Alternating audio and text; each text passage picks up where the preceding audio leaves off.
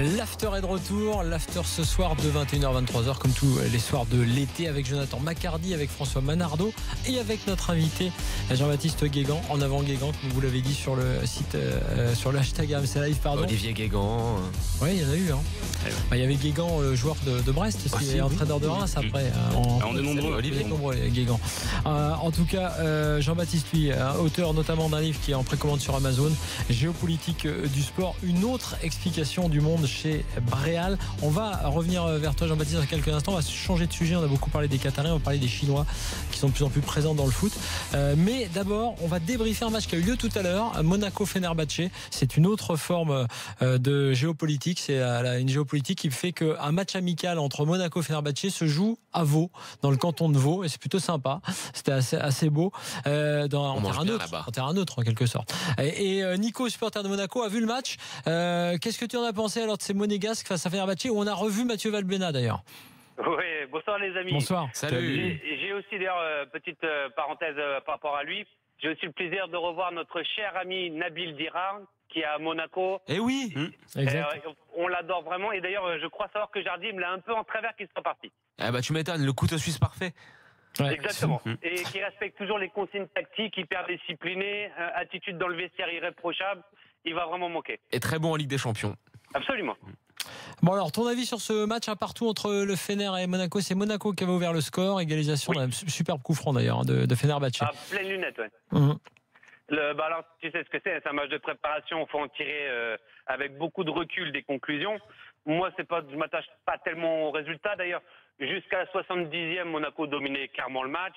Et à la 72e, je crois, Jardim fait entrer 4 joueurs, dont Mbappé, Touré, Carrillo, et il m'en manque un Meïté. Et à ce moment-là, ça a un peu moins eu d'automatisme. Fenerbahçe a poussé, il y a eu ce fameux coup franc. Et derrière, grosse domination de Fenerbahçe. Benaglio, d'ailleurs, a été excellent dans les buts dans le dernier quart d'heure. Il nous en sauve beaucoup là. Ouais, il a fait une manchette décisive en fin de match, effectivement. On rappelle d'ailleurs, ce sera le gardien remplaçant, et Monaco en avait bien besoin parce que De Sanctis n'avait pas été très bon l'an dernier. Juste un mot sur la compo de départ. Donc Subasic, Gemerson et Glick en défense, ça on connaît. Sidibé et Kongolo. Première question, Kongolo, la recrue pour le poste d'arrière gauche, même si évidemment si Mendy reste, ce sera pour Mendy, mais malgré tout, qu'est-ce que tu en as pensé? Alors comme tu dis, si Mendy reste, mais on sait tous qu'il va partir, donc je pense que ce sera lui le titulaire. J'ai beaucoup aimé sa première mi-temps, j'ai beaucoup aimé la combinaison avec Lemar. On avait effectivement des inquiétudes, c'est normal, parce que Mendy, Lemar, l'année dernière, ça fonctionnait très bien. Donc c'était difficile de faire mieux.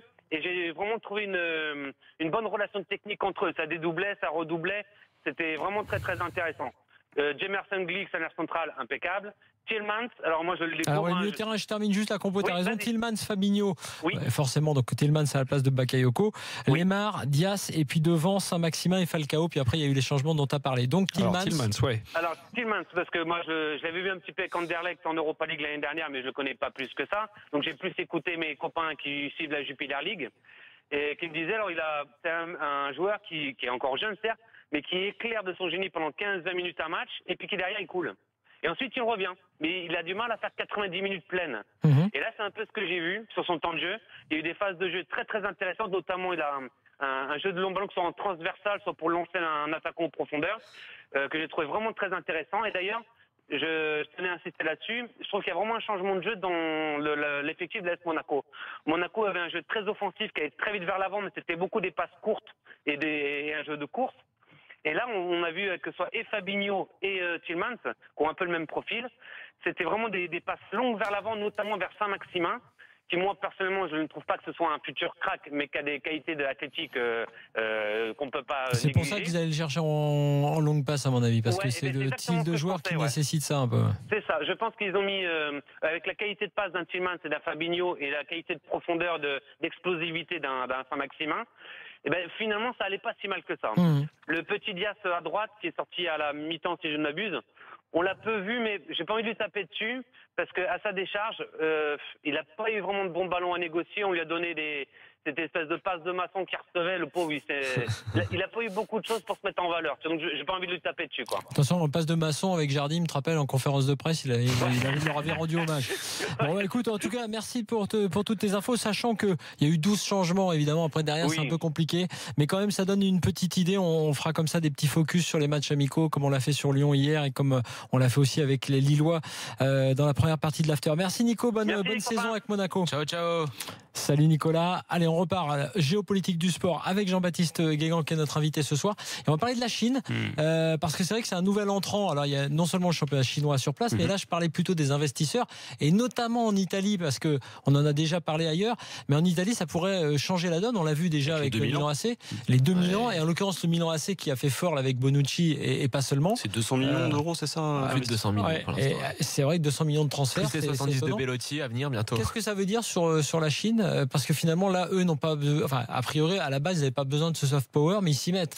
Bah là, on est sur un autre niveau. C'est-à-dire que là, on est dans un duel avec les États-Unis. L'idée, ce qui manque finalement à la Chine, c'est justement le soft power. C'est la capacité à être vu positivement. Il n'y a pas 25 milliards de moyens de l'avoir, c'est la culture. Aujourd'hui, la culture chinoise, elle ne fonctionne pas. Tout ce qui est blockbuster chinois ne réussit pas dans les salles en France et ailleurs. Ils leur font donc autre chose. La puissance sportive, elle rentre en ligne de compte. C'est déjà une forte, c'est une place forte du sport mondial. Mais dans le foot, bah, concrètement, l'équipe de... Une seule l'équipe de qualification Chine, pour une phase voilà. finale de Coupe du Monde, il faut le rappeler. C'est assez révélateur pour un pays qui compte plus d'1 milliard de personnes. On est face ici à un pays qui est en train de construire quelque chose et qui est en train de se positionner pour accueillir la Coupe du Monde. En 2030. Voilà, en 2030. Ou 4 ans plus tard, ça va dépendre de ce que les États-Unis sont capables de faire. En fait, ce qui est très drôle, c'est que cet engouement pour le football en Chine, vient du fait du secrétaire général du Parti communiste et donc du dirigeant de la Chine. Xi Jinping, c'est ça? Ouais, Xi Jinping. Qui est un amoureux de football. Ouais, alors Transi. après, Et qui fait quelque chose de très drôle, c'est qu'il a rendu le football obligatoire dans les écoles depuis 2014. moi, je serais plus nuancé. C'est-à-dire qu'il faut imaginer que c'est un pur produit du Parti communiste chinois. C'est-à-dire que il faut pas penser que s'il avait été fan de badminton, on aurait vu 1 milliard de personnes jouer au badminton. C'est juste qu'il a très bien compris une chose, c'est qu'en regardant le Qatar faire, ils ont compris que le seul moyen aujourd'hui de réactiver ce qu'ils appellent le rêve chinois, c'est-à-dire l'équivalent du rêve américain, mais version chinoise, c'est d'utiliser le football. Et c'est pour ça qu'il l'a fait de manière volontariste. Ce qu'on oublie de dire, c'est qu'ils ont investi de la même manière dans le rugby. Ils ont mis plus de 100 millions d'euros justement dans le développement d'écoles de rugby. Ils ont donné de l'argent à World Rugby de la même manière. On est face ici à une vraie volonté de peser dans les sports collectifs, avec une autre raison. C'est-à-dire que si votre pays gagne, vous faites l'unité nationale. Ouais. Vous rendez votre population heureuse, et donc cette population ne se révolte pas contre ses dirigeants. Et les clubs. Mais la Chine est un pays qui gagne par ailleurs et dont la population a des codes de sport qui ne se retrouvent pas encore aujourd'hui dans le football. Et sur le développement du football en Chine, c'est pas un coup d'entrée en scène tonitruant, parce que ça fait depuis pas mal de temps que les Chinois ont commencé à essayer d'investir et de développer dans le football, même avant Drogba et Anelka en Chine. Nicolas Wedek, pour ne citer que lui, était arrivé dans un championnat chinois qui était balbutiant. Marcello Lippi, il y a 5 ans, a entraîné Guangzhou, dont il a fait un champion d'Asie des clubs. Là, en revanche, ils sont passés à la vitesse supérieure. C'est l'étape d'après. Il y a une raison à ça, c'est le développement général chinois. Aujourd'hui, on est face à une puissance globale. Il y en a deux, c'est les États-Unis et la Chine. Ils ont aujourd'hui une classe moyenne importante qui a besoin de divertissement. Le foot, c'est ça aussi. Ça va permettre justement d'amener des gens et créer une société de divertissement sur place. Et donc derrière, il y a une activité économique. Aujourd'hui, le foot, par exemple en France, ça pèse autant que le cinéma français. Or, le cinéma français est très aidé. C'est pas le cas du foot. Il faut imaginer que le poids économique... Ça ne le sera pas. Voilà. Il faut imaginer que le poids économique pour un pays comme la Chine du foot, ça pourrait représenter une part non négligeable de son PNB. Et derrière, on exporte des choses, on peut exporter des joueurs, on peut derrière créer une activité de loisirs, et c'est pour ça qu'ils investissent partout. Mais Ils récupèrent de la compétence. Les clubs qui investissent, ils le font aussi pour s'attirer les bonnes faveurs du grâces. pouvoir, Exactement. Parce qu'on rappelle que c'est une économie qui est quand même très étatique. Il y a un que, vrai autoritarisme le fait d'État. d'investir, ça te donne quand même pas mal de faveurs. Complètement. Ouais. Kevin est avec nous, il nous appelle au 32-16. Salut Kevin. Salut à tous. Tu as vécu 1 an en Chine, hein, c'est ça Kevin? Ouais, j'ai eu la chance d'y jouer en fait aussi. Intéressant. D'accord. Et alors, comment tu vois, toi, la direction? Alors, à la fois, effectivement, le développement du championnat chinois, on l'a vu avec Lavezzi et compagnie, beaucoup de joueurs qui sont allés là-bas, mais aussi, évidemment, sur les investisseurs chinois qui investissent en Europe. Alors, culturellement, la Chine et le football, ça fait deux, en fait. Il faut se dire que pour plus d'1 milliard d'habitants, il y avait en 2014 autour de 150 000 licenciés de football. Donc, c'est vraiment peu.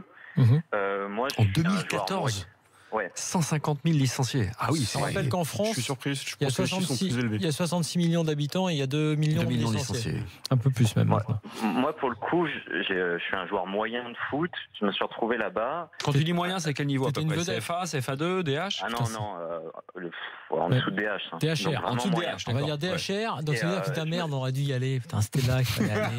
Je me suis On aurait été retrouvé en un équipe peu par nationale. hasard à vouloir jouer au foot, en fait, là-bas. Ouais. Et je me suis retrouvé, en fait, dans le club phare de ma ville, le FC Kunming. Et tu mangeais 6 gratos millions- partout. 6 millions d'habitants. Ouais, effectivement, on mangeait gratuit partout, on buvait gratuit partout. Mais ce que je veux C'est dire, bon, ça. c'est que là-bas, le football n'est pas vraiment développé. À côté de ça, par contre, il y a des structures, des terrains qui sont vraiment géniaux comparés à la France. Mhm. Je veux dire, vous faites un match même de quartier, vous avez des arbitres que vous payez, vous avez arbitre de touche, arbitre central, enfin tout est fait pour que vous jouiez. Mais il y a peu de joueurs en Chine, et c'est le problème. Pour l'instant. Ensuite, moi, ce que je veux dire par rapport au football chinois et ce qui se passe depuis ces dernières années, c'est vrai que le président, en fait, il est venu avec un plan autour de 50 points pour développer le foot en Chine, parce qu'il veut exister à travers le foot. Je pense pas qu'il soit vraiment amoureux du football, même si la dernière fois qu'il est allé à Manchester, il est allé au stade, à City, prendre des photos avec certains joueurs. Mais il sait que pour lui, ça permettra à la Chine d'exister, et il a en ligne de mire l'objectif de la Coupe du Monde 2030. Mhm. Donc ça, c'est vraiment intéressant en soi, mais après, en fait, ce qui s'est passé depuis de nombreuses années en Chine, et je parle pas ailleurs comme en Europe, là, avec les investissements au Milan, c'est qu'ils ont dépensé énormément d'argent pour au final peu de résultats, hormis de la médiatisation, mais c'est déjà pas mal. Mais sportivement, ça n'a pas donné grand-chose, parce que les joueurs qui vont là-bas, il n'y en a aucun qui a réussi jusqu'à présent, en fait. Donc c'est un peu le problème actuellement, et depuis, le président a décidé d'arrêter tout ça, en fait, et maintenant les clubs sont limités dans leurs achats, ils peuvent plus dépenser des millions et des millions comme avant. Oui, Jean-Baptiste, vous voulez C'est réagir? un peu plus compliqué que ça, c'est-à-dire que s'ils ont limité les achats, c'est parce qu'il y avait eu trop d'excès justement pour plaire au pouvoir, et que derrière, c'était très mal vu par l'opinion publique. Or, on est dans un régime qui a besoin de l'assentiment, ou plutôt de l'absence de contestation. Et mettre trop d'argent dans le sport, c'était un problème aussi pour ça. Et notamment de l'argent qui sort des frontières chinoises. C'est ça que Xi Jinping voulait empêcher. Alors, sur la durabilité, sinon des investissements, en Italie, on peut penser que c'est du sérieux, entre guillemets, Moi, comme d'ailleurs le Qatar, c'est du sérieux à Paris. Je pense que c'est plus sérieux à l'Inter qu'au Milan AC. Moi, au Milan AC, je suis plus... Plus circonspect. Ils ont emprunté l'argent. Ils ont emprunté l'argent, c'est Tu 200 rappelles les millions. On rappelle les taux qu'ils ont empruntés. Je veux bien. Ils ont C'est emprunté l'État qui fixe le taux? Non, ils empruntaient à En des Italie. fonds d'investissement privés. Ouais. D'accord. Et Ils alors, ont- c'est quoi les taux? les taux, en fait, je pense que. Alors, j'ai peur de dire une bêtise. On va me corriger sur le hashtag RMC Live, mais il y a une partie qui a été empruntée par le Milan AC en fonds propres. Je crois que c'est 150 millions Ça ressemble un peu à ce qu'avait fait Manchester C'est à sur de 12%. LBO. Ouais. à 12%. Et il y a une énorme. partie qui a été empruntée par la structure qu'ils ont fondée. Dont j'ai oublié le nom, Rossoneri, Oui, c'est ça. quelque chose. Et je crois que le Invest. taux est à. Enfin, j'ai peur de dire une bêtise, mais à 20%. il me semble. C'est quasiment usuraire. 20%. Bref. C'est des taux. Enfin, Oui, les taux. oui. Ce qu'il faut retenir, c'est que les taux sont délirants. Ouais. Ils ont emprunté l'argent à des taux délirants. Juste un dernier L'argent mot. à perdre. Kevin, tu voulais rajouter quelque chose? Ouais, juste pour reprendre, en fait, sur ce que je disais par rapport aux investissements, quand vous disiez justement que c'était mal vu par le peuple, en fait, c'est presque le football tout court qui est un peu mal vu en Chine. Il y a eu énormément de problèmes de corruption. Moi, j'ai atterri dans mon club, en fait, parce qu'il a fait faillite à cause de problèmes de corruption. Et même des clubs phares de la Chine, et qui sont aujourd'hui très bien placés, ont été pas loin, en fait, de la banqueroute à cause de scandales de corruption, et ont vite été soutenus soit par des mécènes ou soit par l'État, tout simplement. Et l'État est à l'origine de plein de clubs et investit énormément justement dans les clubs, surtout celui de Shanghai, avec Villas-Boas à l'intérieur. Ils essaient vraiment C'est Shanghai chinois, c'est celui-là, ouais, ce club qui fait venir beaucoup Ouais, de exactement. stars. Mhm. Voilà. Ouais, il y a Hulk, c'est la star là-bas. Et c'est vrai que là-bas, culturellement, ça passe pas. Mais si ça fonctionne, ça peut donner un symbole d'unité aux Chinois. Et les Chinois, pour y avoir été, c'est peut-être le peuple le plus fier au monde. Donc il y a vraiment matière à faire quelque chose. Et surtout en termes de formation. Je remarque un truc, c'est quand on fait de la géopolitique, on s'aperçoit que quand on parle des Qataris, ils veulent pas perdre la face. Les Chinois, c'est les plus fiers. Les Français, c'est pareil. En gros, bon, c'est un peu partout dans le monde. Personne n'a envie de perdre la face. Kevin, en tout cas, merci pour ton témoignage parce que c'est passionnant. Au final, sur ta petite carrière, là, entre guillemets, t'as pas signé un contrat avec un équipementier. T'as pas un an, qu'est-ce que t'as fait? T'es pas sorti bouffé et bu gratos. C'est que Non, en gros, ce qui s'est passé, c'est que j'avais un entraîneur joueur qui jouait en sélection nationale à Hong Kong et qui était un Brésilien. Et il m'a proposé de rester pour jouer. Et on va dire que je croyais pas vraiment en mon talent, donc je comprenais pas trop, même si c'est vrai que là-bas, physiquement et tactiquement, j'avais peut-être plus de facilité qu'en France. Mais du coup, j'étais dans un trip plutôt à faire mes études et tout ça, et je suis rentré en France. Mais actuellement, je crois qu'il entraîne les Philippines ou quelque chose comme ça. Donc voilà. Ah ouais, t'aurais pu faire carrière aussi là-bas. Et puis t'aurais pu te faire masser après les matchs. Salut Kevin. Salut. Et bonne continuation. Merci à Fred qui m'a envoyé les chiffres. C'est donc pour le Milan, c'est 123 millions empruntés par le Milan à 8%. Ah, 8. Et la structure qu'ils ont fondée, ils ont emprunté 180 millions à 11,5%. C'est quand même des taux assez énormes. Ouais. Par rapport à ce marché en devenir, il faut aussi rappeler une chose, c'est que la Fédération française avec la Ligue de football a ouvert un bureau l'année dernière en Chine. Didier nous en a parlé dans l'after. Effectivement, c'était une des nouveautés. Et c'est vrai que c'est un marché en. Il y a un levier. Il y a des compétences à vendre. Il y a des techniciens à placer. C'était l'objectif. C'est logique que la fédération, elle voulait le faire comme pour les États-Unis d'ailleurs, avec la à vendre aussi. C'est ça. On en a bien besoin. Moi, si on a le temps, par rapport à un autre pays qui est un immense pays dans le monde, plus d'1 milliard d'habitants, et qui a essayé comme ça avec son championnat de se développer, mais ils sont très très très loin de la culture foot. Quid de l'Inde?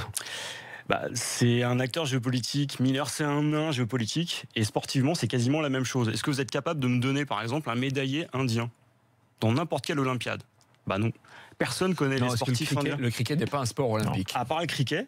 Il n'y a pas d'équipe, il n'y a pas de sportif qui représente. En revanche, ils ont eux Bollywood. Voilà, sauf que Bollywood, ça fonctionne plus autant que ça fonctionnait. C'est vrai. Ce qu'on a aujourd'hui, c'est un président, en l'occurrence, on a à la tête de l'État quelqu'un qui s'appelle Modi et qui lui a envie d'utiliser le sport pour ça. Il faut s'attendre dans les années qui viennent à avoir un investissement dans le sport au sens large. Le foot, ça paraît compliqué, c'est plutôt une affaire privée et c'est un sport qui s'est jamais historiquement installé là-bas. Ça peut paraître surprenant. C'est surprenant parce que quand même, il y a une colonisation britannique. C'était un sport local, c'était un sport qui était pratiqué par les Britanniques et qui excluait les autres. On est finalement ici dans un prolongement d'une manière de voir le foot comme l'objet du colonisateur. C'est aussi pour ça qu'en Chine ça marchait pas. Ouais, d'accord, c'est très, très clair. Tiens, sur l'hashtag RMC Live, Adzier75 nous dit mon prof d'histoire en direct à la radio. C'est clair, c'est vrai. Tes profs. Il y en a plein des élèves. Prof d'histoire aussi. Prof d'histoire également. Franchement génial ce monsieur. Voilà, nous dit David A. Et Onderkest nous dit le gouvernement chinois promet une prime pour encourager les naissances. On recherche clairement le futur Messi ou le futur CR7. Bon, ça c'est un autre problème. Effectivement, la démographie c'est un enjeu également en Chine. On rappelle le titre du livre de Jean-Baptiste Guégan qui est avec nous, Géopolitique du sport. Une autre explication du monde. C'est passionnant parce que là on peut raconter beaucoup de choses via le sport. En cours, c'est le cas d'ailleurs. Tu te sers beaucoup du sport pour ça. En terminale énormément. Après, je donne des cours en master aussi, spécifiquement sur la géopolitique du sport. Je suis à l'ESJ Paris et à l'ISTEC en école de commerce. Et oui, effectivement, je suis un fan du PSG. Je pense que ça échappera à personne. Voilà. Et voilà, il fallait le dire. Fallait pas le dire. Comme ça pour le bouquin. Outing. Et non, pour le coup, je me sers du sport parce que c'est ce que partagent le plus de gens. Alors ça, c'est vrai que par expérience, dans les cours qui sont évidemment pas des cours liés au sport, si tu te sers des moments de Coupe du Monde, des moments de compétition ou des JO d'ailleurs, sans parler pour pas rester dans le foot, c'est vrai que c'est un levier formidable pour expliquer les choses. Ouais. Moi, j'ai appris la géographie en France avec les. Oui, on est tous un peu pareil. Donc c'est marrant. Exactement ça. En mettant les petites villes de D1 et de D2 à l'époque. Alors, tu parles des États-Unis aussi. Tu sais où c'est 300 pages. 300 pages sur les États-Unis. Non, pas sur les États-Unis, mais en tout, il y a les États-Unis 300 pages. Maintenant, depuis quasiment une cinquantaine sur ça. Ça a été les premiers à faire ça. Ça a été les premiers à comprendre l'importance du sport pour rayonner. Avec la NASL.